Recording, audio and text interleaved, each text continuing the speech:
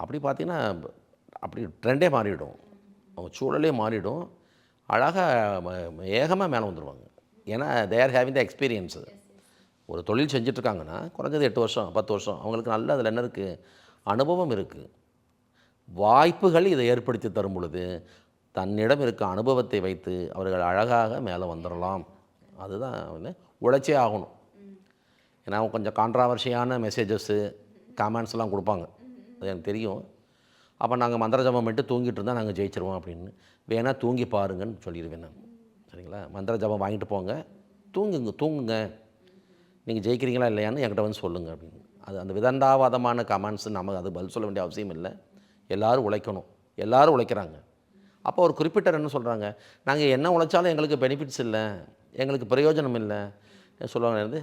கைக்கு வாய்க்கும் சரியாக இருக்குது அப்படின்னு. அது தப்பு இல்லையா? அதாவது திராணி இருக்கிற வரைக்கும் ஓடலாம், இல்லைன்னா என்ன பண்ணுவோம், முடியலாம். அதுக்கு மேலே என்ன பண்ண முடியும்? அப்பாடான்னு உட்கார்ற போது அப்போ தான் அவங்களுக்கு நிறைய கவலைகள் சூழ்ந்துடும்.